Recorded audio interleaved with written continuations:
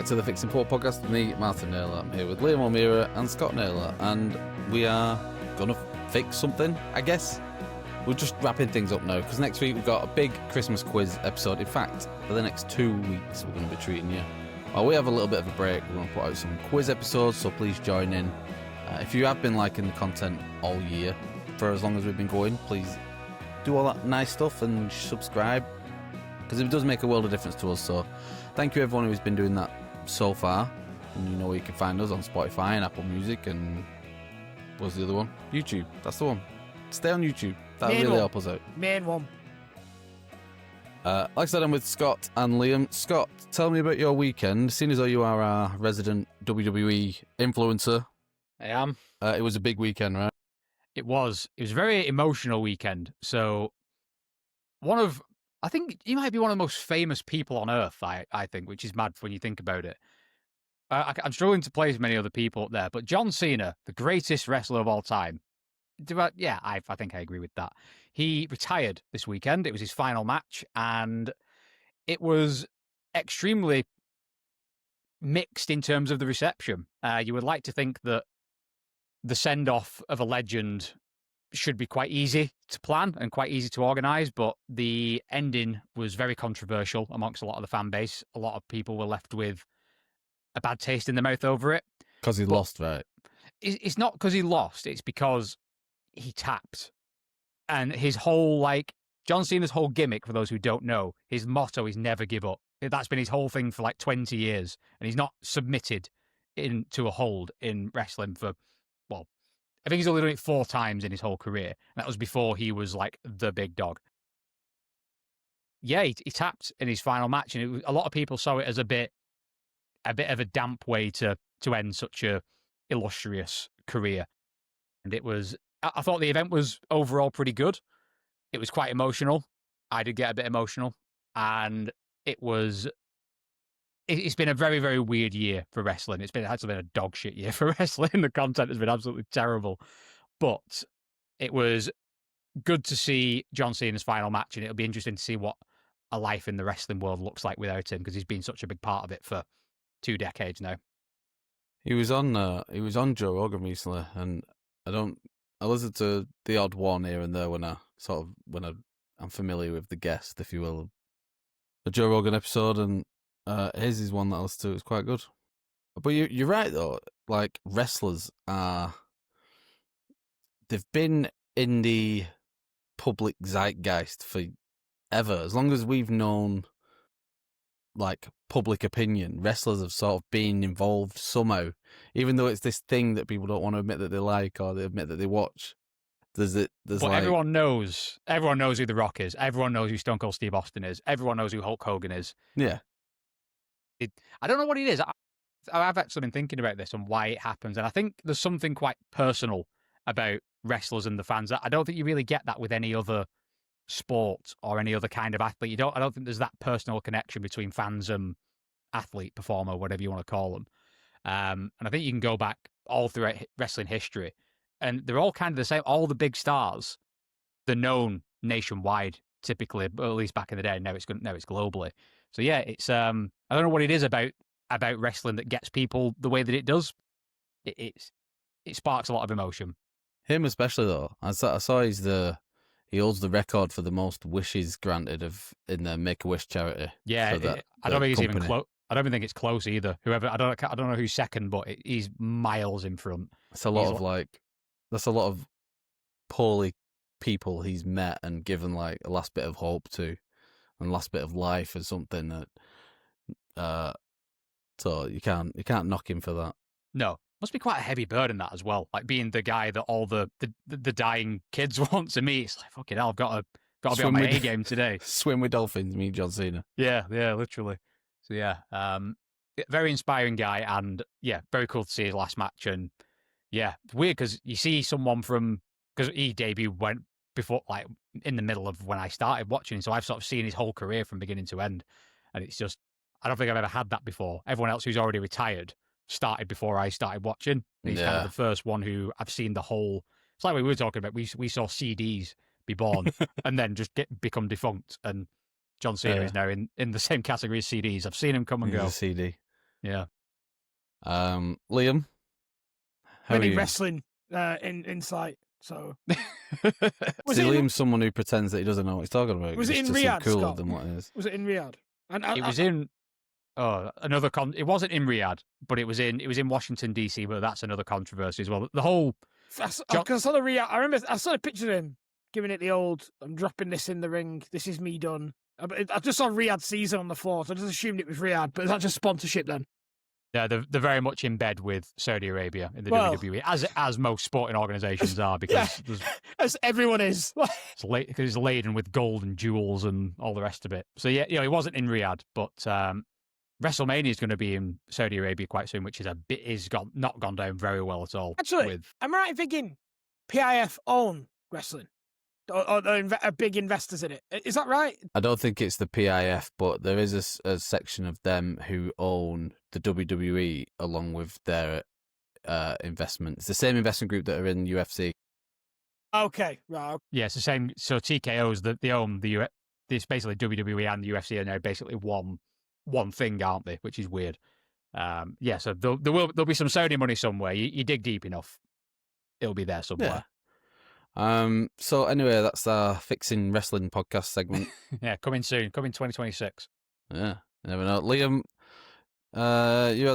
you met up with Lee? Was it Lee from Embracing the Vision? I did, yeah. Good to see him. We met him at the podcast award, the Football Content Awards. Couldn't remember the name of the awards then. I watched his video to hopefully get a glimpse of you, but I didn't get that. No, I'm not cool enough. But he did say it was his first EFL game as a guy from the Northeast. Like, he just concentrates on non-league. I thought it was pretty mad. Yeah, it's quite. I did say to him beforehand as well. Like, you're probably going to get quite a bit of a boost by doing this. I mean, I think it's quite tapping behaviour going to a medium-sized club ground, medium-sized team's ground, and doing like an interesting sort of external piece on them, because people really want to know what other people think about their club and their team, don't they? That's like, especially teams that don't get the full Sky Sports coverage. Like, yeah, exactly. So it's like when we 24/7. do those episodes slagging like West Ham off, we get some decent traction because people they're genuinely interested in what people think. And it's very much the same, but yeah, it was a good. I believe Lee enjoyed it. He reached out to me afterwards, said it was a good day out. There's no bad seats in that ground, as you know, Martin. So decent game, home win against Exeter. Classic Button going behind and then inevitably winning. That's kind of what we are at home anyway. Definitely not. Yeah, I had a few different, because I was at the stadium on Saturday night after the match, and yeah, I had a few mixed reviews about the performance, but it was mostly Bolton all the way. Might as well talk about it now while we're here. I'll get this out of the way. Yeah, I think Exeter made it hard for us. They were very, very defensive. They're bottom though, right? The bottom four, yeah. I think the second bottom, but maybe third. But they were very, very defensive. And it makes it hard, right? Like, sometimes it's not easy to break teams down when they've got that. And we give them a goal as well. Teddy Sharman Lord, an absolute nightmare. With his sweep. Not a fan of his, are you?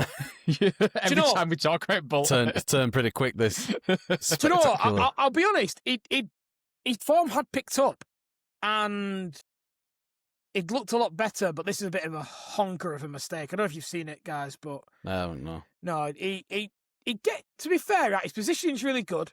He gets out to the ball early, and he does the weakest sort of header ever, straight to Jack Aitchison, former Celtic player. Just to be fair, quite a difficult finish, but from distance. Like, you'd want him to score it, but a bit of pressure for him. And then after that, Exeter had something to defend, and I never had any worries that we would win it. Even at half time, like, I just knew we would win. Like, it was inevitable that we would win. I saw Bolton's winner. The goal's fantastic, really. Oh, Thierry Gale, that's what we're hoping to see more of. He's been good in flashes, but he's struggled with injury a little bit, and we could really do with him stepping up now. Now he's back and he's fit, because it takes the pressure off Cozy Dubra, who's now struggling with the attention that he's getting in games, because it's obvious teams will react to someone who's got that kind of output. So having another threat on the other wing will only do us good. But so yeah, it's a very, very good goal. Don't know what the centre back's doing though. I was thinking when I saw it live, I'm like, why is he showing him all the goal there? And I noticed it like bend it inside him, if you know what I mean. Turn his back. He saw it's poor. It was poor, you're right, but still, top touch. The defender lets him in. He sort of invites the shot, if anything. But yeah, he allows it. Half-assed defending Yeah, it. I've never seen. It's so weird when you look back on it because I was like, how's he managed to bend it inside him with his instep? Like, where's he showing him there? Like, he's showing him Maybe the far post. Yeah.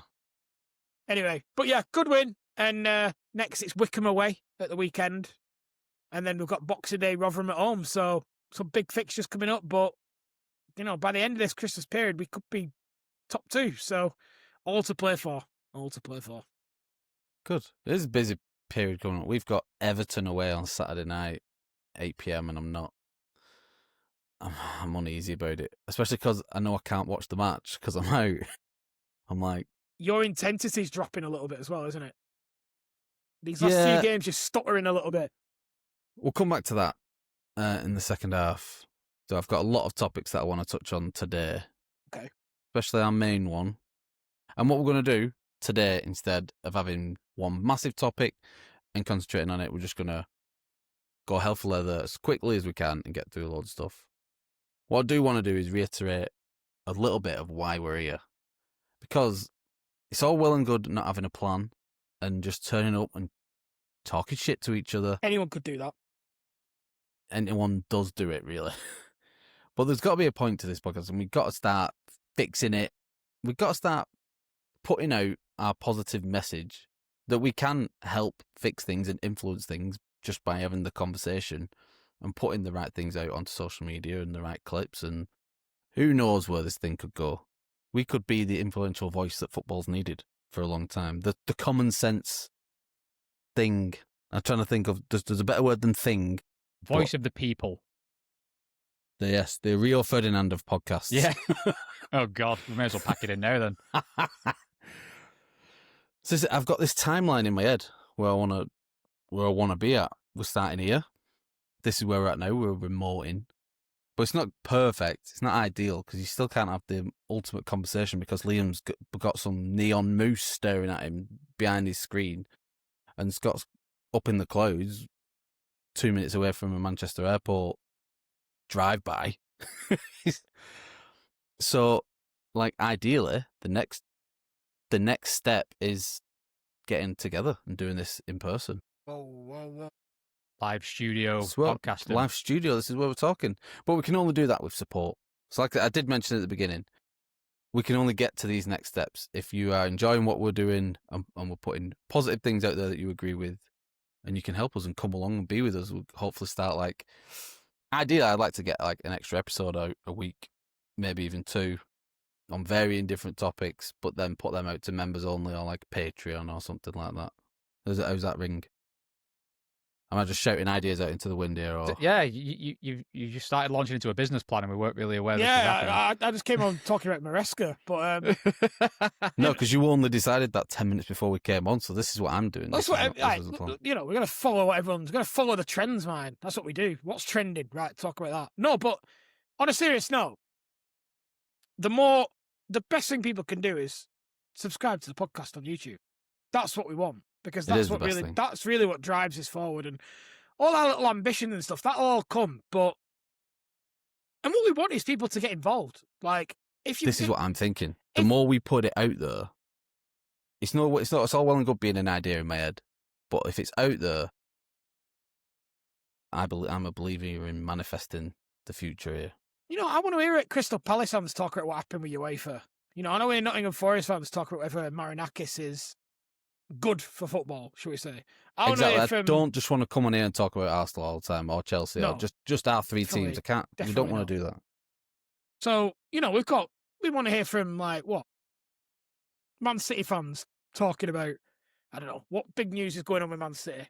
There might be some news at some point at some international break at X year in the future. But I want to start a charity. I want to start a charity where we can imagine... For Man City? Because they're going to need it. Let's face it. Allegedly, this time next year. Allegedly, in our opinion. Well, we could give 2 football clubs to do whatever we want with. To renovate clubs and build themselves up and do, because they're all doing the right thing. These local Sunday League teams that need the extra input, that's a dream that I have. Liam Power Stadium. Exactly. I'd like I want to see that. the Martin Naylor, the MLN stand in every corner of this country, just getting involved somehow. And then, this is pie in the sky talk now. We buy our own football club. We build it in the vision of the Fixing Football podcast. Sounds stressful, but I'm happy to be involved in that. But Well, I'm hoping by then we're not really concentrating on our day jobs as much. yeah. I've already lost all my hair. I'm not doing that. I don't think what our relationship would be like if we were running a football club. Because doing a podcast has put a strain on it, to be honest. Our relationship would still be remote. It would be, doing this has strained it somewhat. So running a football club, anyway. It's because you're a liar. But this is a subject for another day. Well, strong words. Anyway. Unfounded strong words as well. 32 years of experience. But let's move on. Anyway, that's the Fixing Football podcast. That's where we are. That's who we are. And it's sort of where we're going. So get involved. That being said, the biggest news story, I think, at the moment is Enzo Maresca. The Chelsea circus. His random, or what seemingly random outburst at the board. And it was only a couple sentences, and outburst might sound strong given what he said. But the way this is going to snowball is very reminiscent of Pochettino. So I'm going to hand this over to our resident Chelsea expert. Thank you. Just along one more. And then, yeah. Scott, what's going on? What are your thoughts? Is it Pochettino version 2? No, I don't think it's that. And for that first question, what's going on? There's a lot of guesswork that's going to go into this because we don't really understand what has prompted this all to happen. So, but before we go into this, can we establish two ground rules? Can we all agree that Chelsea, under this new ownership, have spent a lot of money? Can we agree on that? Yes. Yeah, I don't think that was debatable. Well, I just want to make sure we're all on the same page before. It feels like we've not when we talked about that in the WhatsApp group, but that's fine. I'm happy to agree to that now. Spent a lot of money. Can we also agree that, barring a few exceptions, we've probably not spent that money very well? Yeah. There's an argument to be made for it, at least. I don't think you've spent... I would say less than half of that money invested by the current board has gone to good use. Would you say that a club like Chelsea, if you said 3 years ago, Chelsea will spend $1.5 billion, would you assume that the Champions League or the Premier League would be not so far behind? I think they would all be wrapped up nicely with multiples of each other. Yeah, there we go. Right. I feel like we're reasonably on the same page with that. So where we are with the current situation with Maresca is he's come out and said that prior to the Everton game, the 48 hours before that were the worst in his time at the club. And he was very vague about what he meant by that. He didn't really specify if he meant with the players, with the fans, with the ownership. He was very vague, and I feel like this was very much done on purpose. And he's kind of left that sort of dangling, and no one's really understood what he's talked about. But it could look. I kind of thought at first it was the fans, because the fans have, after the Arsenal game, we've been on a bit of a torrid run. Poor performances, poor results in games that we should really be winning. And a lot of fans have been getting on his case. And in some cases, rightly so, but in others, maybe a little bit harshly. So I kind of thought it was maybe a sly pop at the fans, which I thought was really dangerous of him to do. But as time's gone on, he's then sort of said, no, it's nothing to do with the fans. I've said what I've said, and that's kind of it. And again, he's not elaborated further. So naturally, every ITK journalist in the fucking industry on Twitter has come out and claimed that there's a bit of tension between Maresca and the board and how the club is ran and so on and so forth. And I can kind of see both sides of this. So apparently, if what we are told is true by the said ITKs, Maresca meets with the sporting directors after most games to debrief, talk about what happened, whatever. Who's the sporting director right now? So, well, there's about fucking 5 of them. But right. So, but your main culprits are Paul Winstanley and Lawrence Stewart, who are, no shock to anybody listening, ex-Brighton.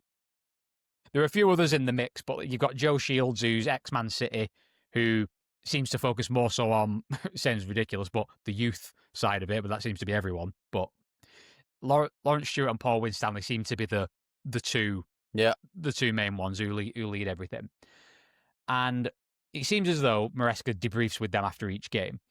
And there's rumblings that he was questioned quite directly after the Atalanta defeat as to his decision-making in the game. Because every Chelsea fan will tell you he made some fucking weird substitutions in that game. We had 3 right-backs on, 1 playing in the 10, 1 in centre-mid, and we had a 10 and a centre-mid on the bench. It was really, really bizarre. So there's a few schools of thought here. You've got one side where the sporting directors are questioning the manager's decisions because they've seen us perform really, really poorly against teams that we should be, by all accounts, battering. You've got Leeds, Bournemouth, Atalanta, and so on. Then you've got Maresca, who is publicly, we're trying to be quite open about the fact that rotation amongst the team is a club policy, not like just a managerial decision. So he's kind of saying, well, you're telling me I can rotate, and you're pretty much telling me I have to preserve the players. And then when I rotate, you're not happy with it. So I feel like Maresca's in this. I'm looking at it from Maresca's point of view. He's being given a brief of what he's able to do. He's doing it, and then he's getting pulled up and being asked why he's doing it. I think that's what's got his back up a little bit with the director. I think he's getting some mixed messages in terms of what he's able to do or what he should be doing with the squad. One of the stories that I'd heard this week is that, and this was on national radio, let's call it that, that he had wanted to invest in January in experience and has been told that that does not follow the model of the club and the current direction, and to forget about it unless they're 22 and under. And knowing that Chelsea aren't a million miles away, like 3 weeks ago they were second favourites for the title, and they aren't a million miles away from putting a good run of games together that might see them really challenge, if not, climb to the top of the table this season. So maybe Enzo Maresca is well within his rights here, having, let's say he's proved himself. He's won the Club World Cup and the Europa Conference League. So he's done everything that's been asked of him so far. Well, let's say that well, because Chelsea were in the doldrums. They were Man United are now. That's where Chelsea were before he came in, and it was not looking good. So, I mean, does that ring true? Are you on his side if that is the case? I think there's a lot of truth in that Maresca he met all of his targets and probably slightly overachieved. The Club World Cup's a bit of an interesting one because I don't think anybody inside the club expected that to happen. And now it's kind of given, I don't want to say a false view of the model. I think the sporting director says, see, we told you the youth works. We told you this is what gets success. Yeah. But I think is a big difference in having a fairly favourable run in a cup competition and having a manager who clearly can go toe-to-toe tactically with anybody in a one-off situation versus building a team that's set up to dominate and go on. And there was very much of a sentiment amongst Chelsea fans that the summer was a big missed opportunity to take that momentum from the Club World Cup and look at some of the pieces that we thought were in place. And then we knew that left wing was a problem. Go for a Rafael Leao. I know Kvaratskhelia wasn't available, but someone of that ilk, Nico Williams or whoever it is. And we ended up with Gittins and Garnacho, who may go on to be great players and have wonderful careers. But Enzo Maresca, he has his own ambitions. He's going to want to win titles. He's not going to want to take a backward step. So I think that he's probably been a bit emboldened by the success that he's had so far. And maybe he feels like he can speak a bit more. And no one will disagree with him outside of these two sporting directors that we do need maybe a couple slightly more experienced players, particularly at centre-half. He was very public in asking for a new centre-half when Colwill did his ACL in pre-season, and he basically just got told to get on with it. And it's like, if I'm going to lose my best centre-back and my best player in Cole Palmer's only just come back, and we're nearly halfway through the season. He's missed pretty much the whole season so far, and he's only just returned. So we're fourth without our best player and the best player in the league, arguably, and without our best centre half. So it's kind of like if he's being then pulled up and questioned on performances and why is this happening and this, that, and the other. From Maresca's point of view, I can say, well, give me something to work with, and I feel like he's kind of getting, by and large, the best that he can out of a massively unproven and frankly quite average group of players, in my opinion. When you look at it, there's a few really, really great fucking players in that team, but overall as a squad, yeah, the assembly of it is still it's to god go. awful. There's no planning whatsoever. It's throw some and like I said, they lucked out with Cole Palmer massively. Like that's like they struck gold with him, and then you've added Caicedo, you've got Reece James. You've got some great players who could probably walk into a lot of teams, but then the supporting players around them. This isn't the NBA where you can throw LeBron James in with 4 idiots. Like you need 10 LeBrons basically to win a league. Tell me about it, whether you think this or not is true. Is that this was the other side of the story that had came on the radio, and this was from one of these journalists, that whenever Moises Caicedo and or Enzo Fernandez are fit, they play. Like there is a dire need to justify their money, and I don't agree that they have, but they are probably your two most consistent footballers, Reece James and Cole Palmer aside. Like they've played the most in the time that they've been there, and done as well as to be expected. Like I said, I don't really agree with the price tags, but that's by the by. Is what it is. They've still got to play well, and they are doing. Yeah, and this is another point, is that Maresca gets pelters from the media around his selections. And again, I don't want to completely stick up for him because no one's telling him to play fucking Gusto as a 10 and Cucurella as a 10. Like the sporting directors are rightly, and I'm glad that someone's saying, why the fuck are you doing this? Yeah. Because that should be questioned, because that's weird. But also, they bought him these players. They gave him this squad. They're the ones who have overspent on Enzo Fernandez. I really like Enzo Fernandez, not to slag him off, but we had our pants pulled down on him. It just is what it is. Caicedo was the same. We should have had him for under 100 million, but we pissed around, and they don't seem to get any comeuppance for their failures as sporting directors. Loads of poor purchases, some good ones, and even ones that have since left the club.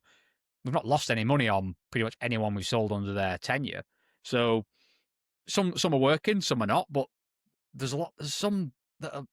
There's left a lot to be desired with some of the signings that they've made, and some of the, we need Cucurella to have some backup, and we've signed Jurel Hato, who I think has got a lot of potential. He's 19, and Cucurella's got a really complex role in our system. You can't expect him to come in and learn that straight away. And then Cucurella's been running to the ground. He's basically played 2 years on the spin with no time off. And see, these are all squad building things that Maresca has no part in. On your point about the 2 midfielders, I will just say very quickly, I don't think there's any truth in them being played to justify their price tag. I think they're just the best 2 midfielders that we have. And I don't disagree, but I also feel like that there is instruction that they must play, or at least that's the message that the journalists are hearing, that Maresca's not happy about that. I don't know whether there is truth in that. I don't know if anyone will know other than them involved. I kind of think that's bullshit, because Maresca will want to play his best available team, like any manager would. No manager wants to have the second best midfielder when he can have the first in the team. But you look at the other options. Romeo Lavia should be there, never fit. Andre Santos is there. He's all right, but he's no massive upgrade on Enzo, or probably not even as good as him. And that's basically it. So who else do you put there? Even if Maresca wanted to, even if he was like, don't really fancy putting Enzo and Caicedo together, who else is there? And again, that's a squad building problem that we've not properly addressed. So but then I can kind of see I like that there's questions being asked of people, because no one you shouldn't have any business full of yes people who just go along with what everyone's saying. People should be getting pulled up and questioned where it's warranted. But I can see why Maresca's kind of like, well, this is what you gave me and this is what I'm getting for you. And I've also had 2 of my best players not available the whole year, and I had no pre-season, and everyone's knackered and everyone's injured. So what do you want from me, basically? Liam, Martyn, anything to add on Enzo Maresca? Yeah, a little bit. You've been uncharacteristically quiet here, considering what our WhatsApp group's like. So this is where I'm trying to poke at the bear a little bit here. No, for a final wrap up on Enzo. No, because I think there's a lot of sense being spoken then, to be completely honest. I didn't really have too much to add. I suppose the only thing I would say from about it is, I don't think when Maresca starts motioning that he wants new signings and experience. I'd be very surprised that was ever part of the plan. I would be quite frustrated if I was a sporting director if the manager starts making noises like that. I think Chelsea, whether you agree with Chelsea's policy or not, it's quite obvious what the plan is. These young players bringing in. So I don't understand. If it is that he wants to bring experienced players in, then he needs to go to a different club. Because that's just not the strategy. But plans have got to change when there's different opportunities arrive. But what has Mbappe, changed? I would say Chelsea would have anticipated being in the top 4 at this point, and that's where they are. I don't think they would have anticipated being as close to the top potentially within 6 points last week, within 3 points the other week before. I don't think they ever considered themselves in that race. Yeah, they were more competing with everyone else to stay in the top 5, rather than getting above Man City at certain points. If Kylian Mbappe comes on the market tomorrow, why does everyone say, "Well, it's not part of our plan"? Like, shit changes your plans. He's there, he's free. He says he wants to come to Chelsea. What are you going to do? Say no? Yeah. One thing I will say on that, I think Liam's got a great point there about if Maresca was sold, and this is the problem, is you don't know what discussion has been had. Nobody knows what Maresca was told or what he agreed to or what he didn't agree to. That's all kind of hearsay. Like, we can surmise, but we don't know. If you then, you can't lose your best centre-back and then ask why there's been a drop-off in defence when you have... There's of course there's going to be a drop-off in defence because my best centre-back is gone and the backups aren't of his level. So I think there's two things. I think Liam's right to a large degree. If they've agreed on a way of working together and he's now trying to move the goalposts on the directors, I'd understand why there's some tension. But again, you don't know what he's been told. I think, isn't the back briefing from Chelsea a little bit that they don't mind the fact that Maresca is pushing back, but they don't like the idea of things being spoken externally to the media, like this should be handled in-house. This is an internal discussion. Yeah, pretty much. And I think that's fair enough. I think that's totally fair. Though, Maresca's got to seem like he isn't the one not trying. He isn't the one just going along with it, and because the manager is front and centre for everything at fault that goes on with the football club. Does he's he? the one getting the shit for the results. So he's got to put that out there to say, like, Maresca, just me. But here's one for you, though. And this is where Maresca maybe needs to... And I like Final Maresca. point. He's done a good job. But I think he needs to remember who he is a little bit. Because I don't think he would have got that job had he not agreed to a certain way of working. Because this job was levels above what he had done. He was a manager who'd done very well in the Championship. That was his credibility. And you know, a fabled Pep number 2. I know they were all the rage back then. So, like, would a Conte have agreed to these terms? Probably not. Where you're Conte not a manager. doesn't read the contract. Conte doesn't read the contract. You're not a manager. He's not got in there as a traditional manager. He's got in there as someone who is... Idea is that he's a head coach that is doing the plans of the sporting directors. And he is... And I just think I'm very surprised about it because I look at it and go, I think Maresca would have to have these meetings with the sporting directors. And I think they're in his contract that he has to have them. And I think he is explicable to them because essentially he's there to create their vision. It's not the other way around. This isn't Maresca's Chelsea. This is Winstanley's Chelsea. This is X amount of people's Chelsea. They're the ones brought in to bring the long-term vision of the football club, which I probably to make money on transfers. But I don't think he'd have got the job had it been, we want to build a team in Maresca's image. I just don't think that's how this would have. No, I do agree. I mean, you look at some of the managers who we have spoken to and we didn't end up hiring or walked away at the likes of Luis Enrique, Nagelsmann, people with a lot more cachet and a lot more weight to throw around. And they weren't interested, and probably for these very reasons. And I think it is interesting as well that Maresca appointed Jorge Mendes as his agent in the summer, which I thought was quite an interesting move. And I suspect there will be an eye on his own career. Because ultimately, again, if he's an ambitious guy, if there is a cap on what Chelsea can do for him, if every year that, you know, because it's oh, if we don't really win anything serious, Cole Palmer isn't going to be there for much longer. He will go maybe to Real Madrid or whoever else comes in for him. Then what do? Then you've lost your talisman, and then is he going to be replaced with your 200 million you get for Cole Palmer? Are you getting the next Cole Palmer who is readily available, or are you going back to the academies? You never know. And this isn't to say, by the way, that Maresca's reputation hasn't been enhanced by his Chelsea period. I think it very much has. I think he looks like a coach. I think he's got a definite way of working there. I think he's made some players better. I think Caicedo and Enzo do look better players than they were when they originally went there, even though I think Caicedo particularly had a very high ceiling. I think people knew that Chelsea were buying a very good player, but I think they've improved. I think Reece James seems to be getting even better. So there's definitely improvements across the team. And, you know, even though it is a glorified Emirates Cup, there is something in winning the Club World Cup. So, yeah, I think either way, I actually think it probably doesn't survive this, to be honest. I think this is good. This feels very, very Nuno at Nottingham Forest. And I think a couple more bad results in this game. So that's it. This is where we're getting to now. Yeah. Let's have, before we have a quick break, predictions on where and how this ends up. Is he out of the door soon? Is he out of the door before the end of the January transfer window? Is it see you later at the end of the season? Well done, thanks for coming. Or can they move past this and can it be built? Can he have a bit more gravitas within the Chelsea? Liam, go for it. I think he struggles, to be honest. I think when you start talking about like that in the media, I think Scott's right. We'll never know what's been talked about. Bearing in mind what's just happened with Mo Salah. Well, this is it, right? When you do that, you're not stupid.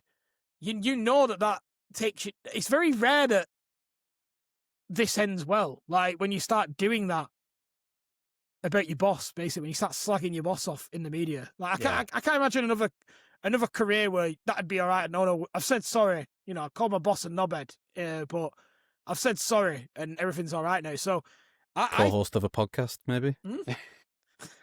So I think this is on a bad trajectory at the moment for Maresca, and I'd be very surprised if it ends well. But I'd be interested to know what Scott thinks. Final. I think it's highly unlikely, unless there's severe deterioration in that relationship. I find it very unlikely that he leaves before the end of the season.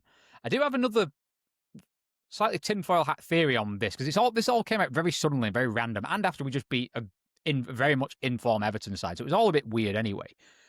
And I do wonder if, because again, these people who run these clubs, they're not stupid and they know what the sentiment of the fans is by and large. Whether they choose to ignore it or not is another question. But I wonder if they know that the most unpopular figures at Chelsea are the directors. Everyone fucking hates them for a variety of reasons because of all the money that's been spent and what it's been spent on. And I wonder, this could all be a bit of a ploy to get more fans, because what's actually happened is Maresca's come out and said this, and Chelsea Twitter is basically unanimous that you've got to back this manager because he's not a yes man. All he's doing is pushing back on what we all know to be true and what we all know the faults are. He's just the one with the balls to point it out. Yeah. And all that's really happened, it's galvanised the fans behind him. And I wonder if that could have been maybe the intention with this all along, because what could easily happen is they could gauge the sentiment. Because these football clubs all have some nerds on Twitter gauging what everyone's talking about, what players people are looking for. They're all over it. It's someone's job at each big football club to do this. And I do wonder if there's a world where this is all a bit of a not a publicity stunt, but some sort of thing to like take. Like a Mourinho used to come up, he'd go into a press conference and say something really weird, and it would take all the attention away from how shit his team have just played. And then it's all about Mourinho, and it's all about that. It's all about something else. I do wonder if there's maybe an element of Maresca controlling the media to take heat off his players, and then in turn getting more positive sentiment amongst the Chelsea fans. I can see that's a bit out there. Yeah, it doesn't feel like that to me. For a business who are so analytics driven, research this, research that, understand this, understand that, I also wouldn't be that surprised if it came out to be true either. Nah. I think for that reason, it's very unlikely. The fact that they use so much business analytics, there isn't room for a Mourinho wildcard-esque thing to go along there. Yeah, but it wouldn't be wild card, would it? It's a very it's like controlled demolition, isn't it? It's like you say this, and then this will happen, and we do that. Liam, we're back in WWE. It was a plan all along. It happens. These people run £100 million businesses. You don't think they plan for this sort of stuff? Come on now, let's not be naive. No. Nah. In the words of good analysis. Nah. Listen, that's our Chelsea take, sort of. I think the summary is here. We will see. If you haven't liked this first half, if you're on board with us so far, for the third and final time today, and I might sneak in another one, like, share, subscribe, do all that good stuff. We're going to have a quick break. We'll see you in a little minute.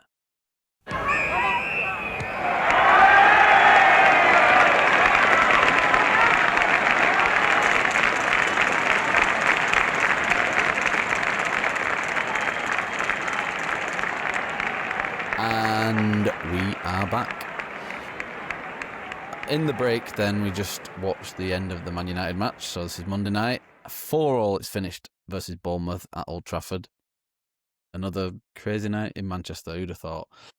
But there's been some talk recently, boys, I want your opinions. Is Mount backed for a recall to the England squad? What are we saying here? Is it worth bringing him in for more competition at the number 10 spot? That's just what I was thinking.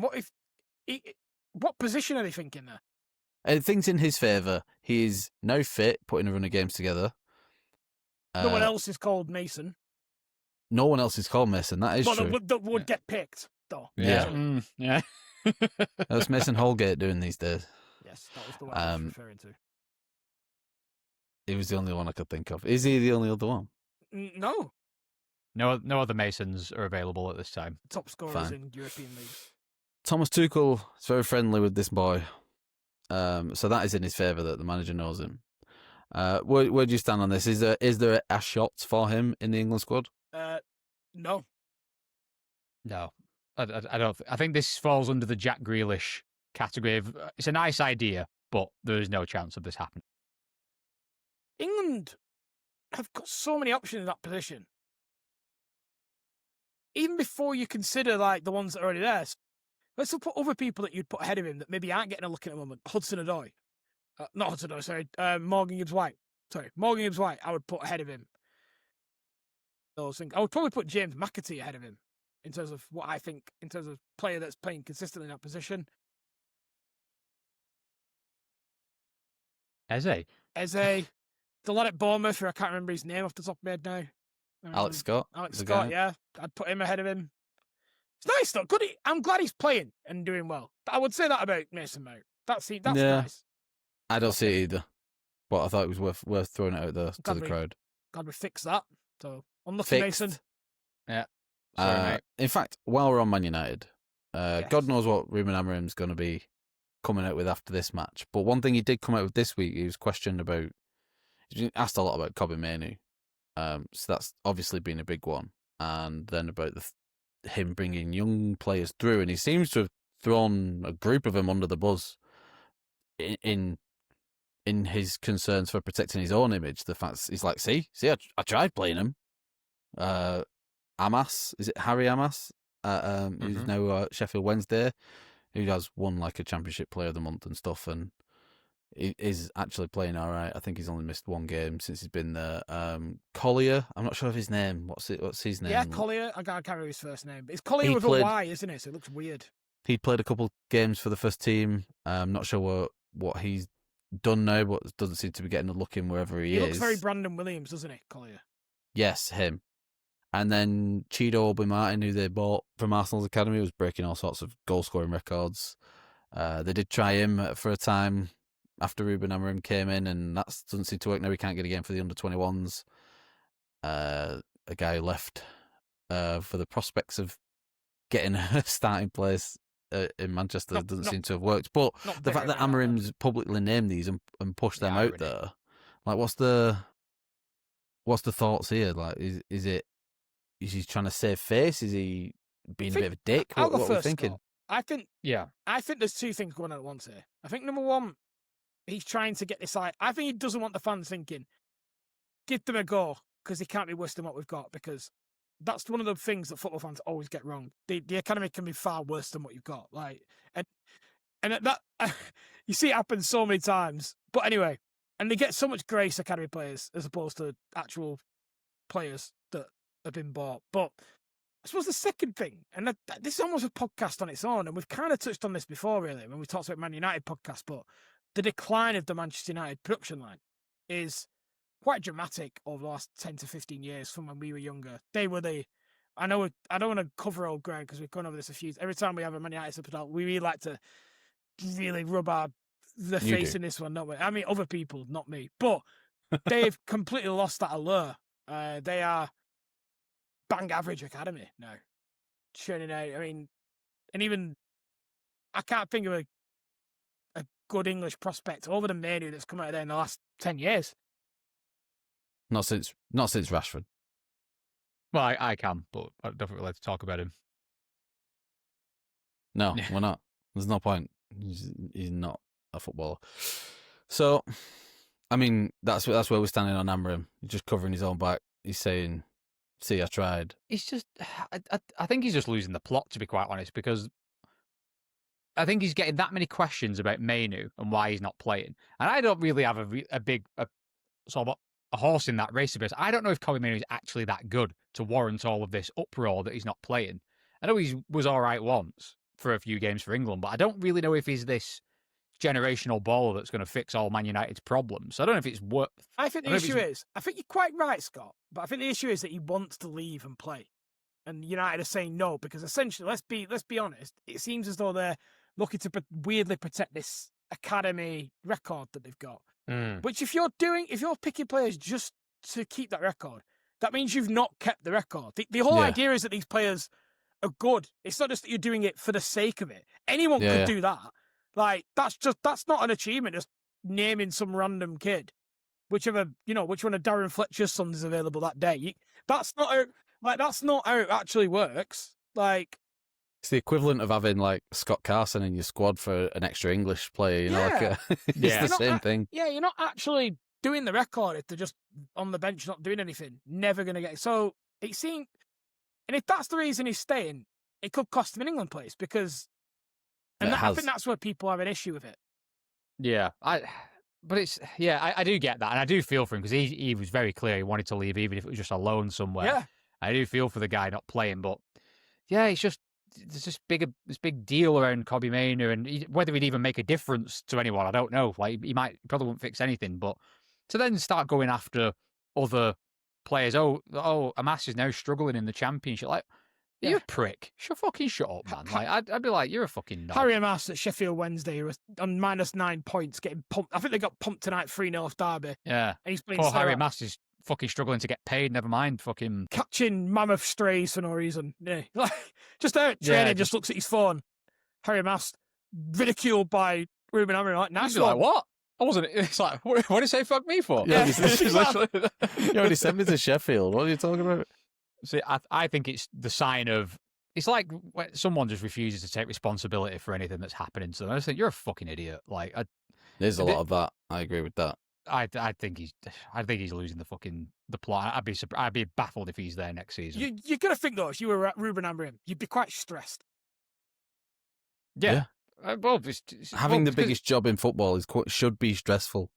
Shouldn't be that easy. No, but also. Being that out your depth in your job is quite daunting. And surrounded by people that just look like they're not up to the job, should we say. Equally out of their depth. Democratic, I like it. Right, moving on from Manchester United. I've heard some rumours that Newcastle United fans, especially after the weekend, are starting to become unhappy with Eddie Howe. Thoughts, please? Good. Finally! Finally! Right. I've never known a manager get such an easy ride in my life. Right, don't get me wrong, there have been some notable achievements. There have been. Winning the cup, that was an achievement. Of course it was. No one could take that away. But there have been a lot of average performances over the years with that. And I think that with that squad, they should be performing better. But like, let's forget about all the FFP handcuffs and that they can't compete with a mighty Chelsea when buying 10-year-olds. They can't do any of that. But if you look at that squad, it's pretty good. Yeah. It's pretty good. And I know nasty Liverpool went and bought their player for 130 million, by the way. Like, they didn't steal him, did they? They paid, like, a king's ransom for him. Yeah. And they've gone and replaced him with Voltemada. That seemed like a panic buy. I quite like Voltemada. I think he's done all right. And I think, but it was, let's be honest, that was a panic buy. Yeah. But they should have had an idea that Isak may leave for Liverpool. That didn't, and all the noise at the time was that was a possibility. But they stuck their head in the sand, and they've got a manager there. I think that I'm not going to call him a PE teacher. I'm not going to call him that. But We just have done. He's very much like of the Jake Humphrey high performance types of. What do you do to make yourself different, Eddie? What do you do? Well, I get up at 6 o'clock and do my own fitness regime before I get in because it's important that I look the part. Right, well, what about your tactics? Well, I get in at 6 o'clock and I eat a fig of fruit and, on Sundays I go to church and it's like, I think the job's too big for him. Mine, what do you think? I think taking Newcastle to where they aspire to be, especially with the ability to flex the new financial rules next year, push a few boundaries, I don't think Eddie Howe is the person to lead that charge. I think there's someone need a little bit more brazen, a little bit less Southgate, a little bit more Conte, if you will, to really push them up into a European giant, if you will. That's where I'm at. There's an England job waiting for him after the World Cup as well. And it's right there. You're Fucking right. hope not. Jesus Christ. I'm all over it for England. Get Tuchel out now. But that's a different podcast. Yeah, Martin just doesn't, for all the listeners, Martin just doesn't like the idea of England winning the World Cup. He hates that. It keeps him up at night. It's a staggering stance. I actually think, and my bias is going to come in here because I fucking hate Newcastle anyway, but I think that Eddie Howe and Newcastle United are the most perfectly matched manager and club ever. You've got an average manager with an average club. Here we go. There's a clip. I don't understand. Like, where should Newcastle be? Where should Newcastle be, guys? Tell me. Where should they be? It's not about where they should be. It's where they want to be. Well, I want fucking, Margot Robbie's phone number, but, tough shit. You can't always have what you want. I think they've probably got the second best midfield in the league. Fuck off. What? Behind you, by the way. I think Chelsea had the best midfield in the league. Behind Chelsea? Right. I think Newcastle That's probably all have the for this second. week. And I think Arsenal probably have the third best. All right. Anyway. No, Newcastle shit. As a collective, by the way, I think you've got the best midfielder, Martin. But I think as a collective, I would say that Newcastle starting midfield three of Tonali, Bruno Guimaraes, and Joe Linton. That is outrageously high quality. Like, I think they work well as a unit, but I don't agree with Liam at all. Why has no one serious bought Bruno Guimaraes, by the way? He's been available for not that much money for quite a while, and nobody has come knock him. Age. What? You won't buy him. He's got a beard. He's got like facial hair and like 28. Yeah. Driving license. 28. Probably your manager at that age. Coming as an executive. Right. I just don't see this. Quickfire, Scott. Eddie Howe, Newcastle. It's perfect. Match made in heaven. Long may it continue. Let them stay in 12th where they belong.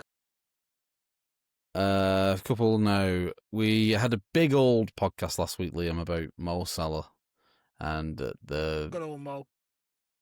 The craziness that is the stories around Anfield and Arne Slot, and there's been a lot of back and forth all week. I need to speak to him. Like, they don't share a room 4 hours of a day. Like, I need to speak to him. I need to speak to him. It's fairly common, apparently, that managers and players just don't have this kind of conversation. That's what agents for. That they don't actually do this. Like, I find it mad as well. But apparently, it's fairly how it works. Really. All right, but what were your thoughts? Let's do this one quickly because there's another more point that I want to make. But what were your thoughts on him coming back in and that seemingly all's well now in camp? I mean, heaven forbid me being cynical, but I would say it very looks like a managed exit, doesn't it?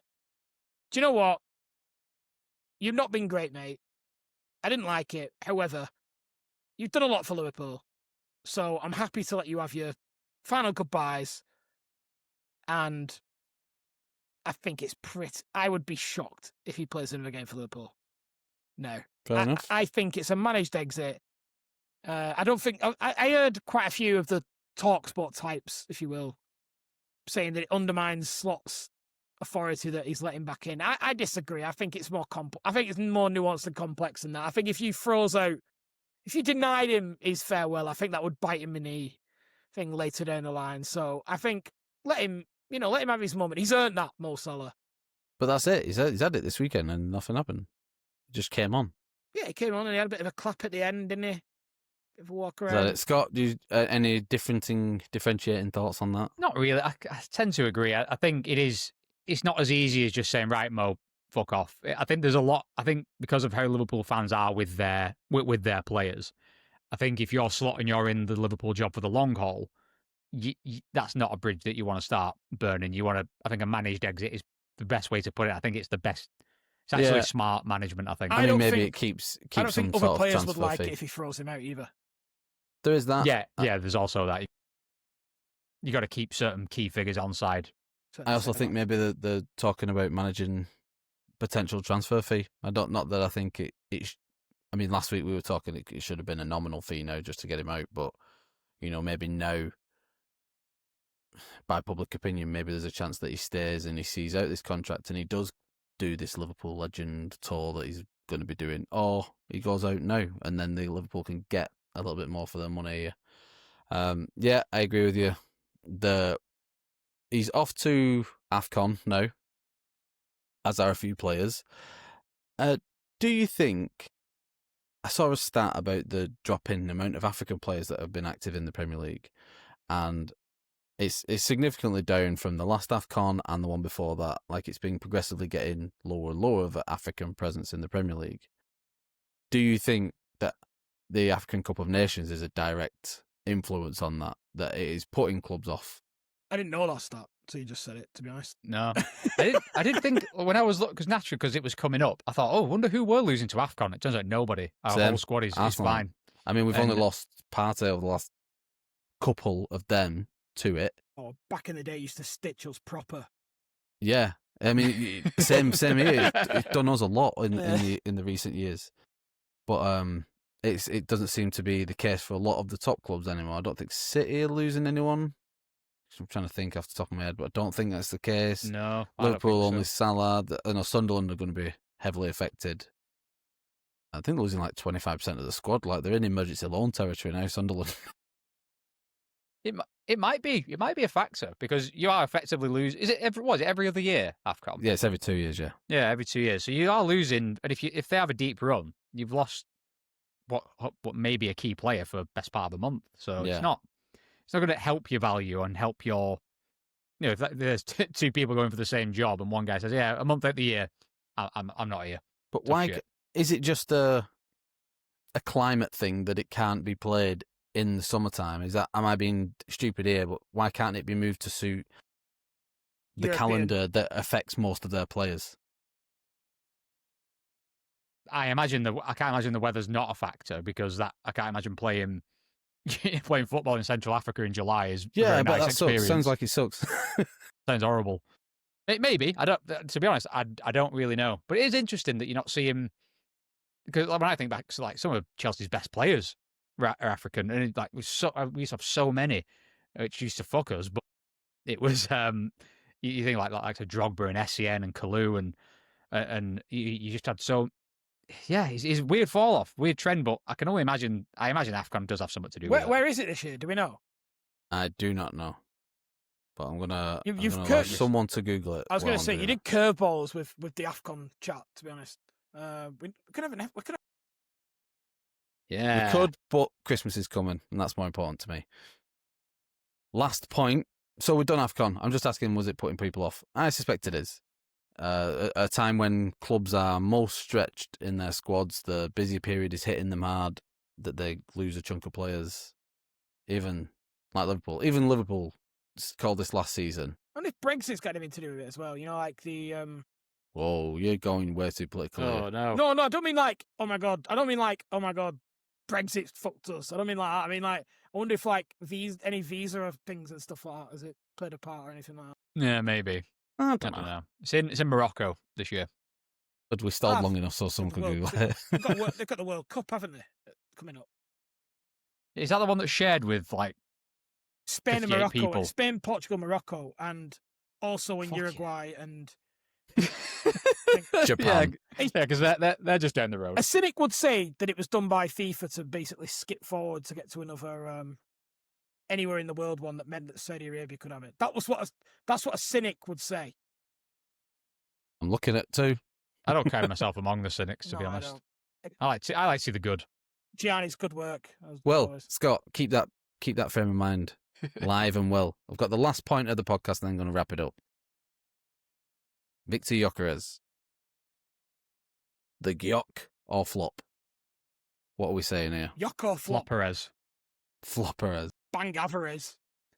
Well, this is an interesting topic because I've seen quite a few people talk about this, but not just about Gyokeres, about Arteta and forwards in general. And there's a bit of discourse amongst some Arsenal fans that I've seen that a lot of forwards struggle under him. And I think someone picked out Aubameyang. I know that there was other non-football issues with Aubameyang, but I think you had a Golden Boot winner who then was shipped out and he was pushed out to the left. Apparently, I don't recall. I don't know if that exactly was happening, but that was he was pushed out to the left, and then he got rid of him, and then he went to Barca and scored 11 in 17, and then he went to Marseille and won the Golden Boot in Ligue 1, I think. I don't think Saka's output doesn't seem as impressive as it maybe as it used to be. Gyokeres has struggled. Gabriel Jesus has never been a big goal scorer for you. So I don't know if this is do you think it's an Arteta problem, or do you think it's just Gyokeres is out of his depth, or No. Liam, let's get your thoughts, and then I'll correct you both. I think he's just been all right. And I think people were hoping that he'd be like a missing piece type. I know you talked about it quite a lot in the summer, Scott, that's kind of what you were expecting. I think a lot of people had the same thought, really, but he's been okay, hasn't he? And no, I don't think he has. I think he's been pretty poor, to be honest. Can I tell you what it is? I think his output has been poor, but I've watched him a lot because I've been so curious about him, about us having this type of player back in. I've been really intrigued about how we've been playing, especially with us doing so long with basically a system that suits a false nine. The way that Havertz succeeded as going up front, Marino's done well since he come in, and the way that Jesus has played once he started. Liam, what are you laughing at? Why do you have to be like a dick I don't know. about You everything? can't just throw succeeded in with no challenge. let's Look at define Havertz's goal success. record and tell me he's not done well. What succeeded? There's only Haaland and then there's everyone else. Havertz is probably the most false nine that I've seen. The falsest of nines. But anyway, carry on. Rude. That I don't laugh at your Bolton Wanderers fucking dog shit. Because you don't know either way. I could be saying anything. I could just make up. I'm going to start making up players' names when I talk about Bolton. What you go? Oh yeah. No, because I care and I listen. Sorry, You don't. You're just making stuff up. Go on. Sorry, tell me about Gyokeres. Oh, it's so rude. I just don't think we're playing to his strengths at all. We're not. He's not stopped running. I don't want to be this guy's like, oh, he's working hard. He's doing a lot of running about, but he is making that attempt, and the ball's just not getting to him. And do you put crosses in? Because that's usually the biggest defining factor. I think if we're in number 9 as well. Not really. We're not really putting get the crosses from deep for Marino for some part, but they don't come for Gyokeres. It's like they're not attempting it, and I don't know what it is, and whether he's still not got this partnership yet with whoever he needs to make it up with. Players like Odegaard and Eze aren't seeing him; they're more looking for the channels. Still, I just don't think our system is set up for him yet to be a focal point. And I think the wingers are meant to be the focal point, and that our striker is meant to be deeper. Oh, I mean that's it. I don't know whether it will succeed or whether it will come good. I hope it does, because I feel like he's really trying. It's not like he's missing it. We're not in a Darwin Núñez situation where he's missing sitters and he's getting a lot of chances. He isn't receiving the ball in these areas. All the goals he scored bar one have been basically tap-ins. and we need to get him in them situations more. So, I don't know what my final thought is really, other than I'm really hoping it does come good and we work it out for him. I don't know. I think from what I saw of his Lisbon highlights, he seems like a striker who he got a lot of joy in transition. We've seen you, Liam. You just don't play that way. He will get very few counter-attack on the break opportunities to finish off, which he got a lot of joy with that at Sporting Lisbon. And I think there's a school of thought of like, this guy's been playing outside of the top leagues for quite a while. He was at a Premier League club and for whatever reason didn't cut it. Is there a reason for that? And I don't know. I've been pretty disappointed with him so far, and I don't know. I do agree with you. I don't think your game suits him. But then why buy him? I think Saka wants the ball back. That's the problem, mate. When Saka gives you the ball, he's not giving it to you so you can score. He's giving it you because he wants it gets a lot of assists. No, but you know what I mean? Generally speaking, Saka's pattern of players to cut inside and look for that 1-2, isn't it? That's what he wants. That's his MO, really. He wants a striker, like you say, a false nine, if you will, that is almost like a wall he can pass on and off. You're right, he does get a lot of assists, but I would argue a lot of them are from breakdowns of play, really, as opposed to your normal patterns where, to be honest, you don't score anywhere near enough goals from sort of normal, sort of, not say open play, I don't want to be as lazy as that, but you know what I mean? You've got an issue in breaking teams down and creating chances. You do have that problem. And I think a lot of that comes from being a little bit too predictable, I think. You know, Scott earlier mentioned sort of Saka, his output is not as good. I don't think it's necessarily Saka doing anything wrong. I just think you're a little bit predictable in terms of your patterns. In my head, when I think of Odegaard on the ball, I think of him only sort of moving right, like he's driving the ball right, and I can't actually, in my head, picture him running forward. It's always that sort of diagonally right all the time. If you look online, you'll see there's been many compilations of Odegaard doing that. Gyokeres making a run and not even being seen. And you'd think that Gyokeres was this type of player that Odegaard was crying out for, to be able to slot that ball into. Just not coming. And I hope it does start, because I'd like him, and I'd like that to be I'd like him to be a great success. Not only because I think it'll change us up and make us a lot better as a team. I just think he really wants it. So it's like, I feel like he's really trying to earn it. It's the kind of thing that this is where, if it does stay this close in the title race between you and City, yeah, it's the difference maker. Because Haaland he's nailed on to score 1 billion goals. So that's going to be the thing. It's them type of runs that you see Gyokeres making, that he was doing in the Champions League, where maybe you get a bit more room in the Champions League, but them types of runs you see a lot. The ones that Haaland makes are the same ones he gets in, but we just not like Haaland would not. I think Haaland's the best striker in the world, but without the service that he gets that from Foden and from Silva and all these players who are set up to feed him in this specific way, like, we're not set up like that. So, it's not hard just to knock a few balls over the top, just to push the defense. I'm telling him, Liam. This is me telling him. This is my message to Mikel Arteta. You know what I mean? Zubeni's got that in his big lump up top. Quick ball to Zubeni, and then just that one ball straight over the top, just to push that defense back and open up anyway. That's the one time we've seen Gyokeres do that. He did it against Leeds and he scored. That's the one time I've seen it go over the top to him. So we'll wait and see. At the moment, it's still up in the air for me. Gyokeres. Yok or flop. That was the name of this segment. Yeah, that's the game. Thanks, Liam. But he's never do that. Liam's doing some sort of ABBA dance. I don't know what he's doing. So thank you everyone for watching Mishmash episode. This is where we're at. We're going to be having some Christmas quizzing now for you. So we will return to football in action in the new year, and have a very Merry Christmas. Like, share, subscribe, do all the good stuff. And Liam and Scott, say goodbye. Next time goodbye, we talk, everybody. Bolton will be top of the league. Yeah, so we'll City.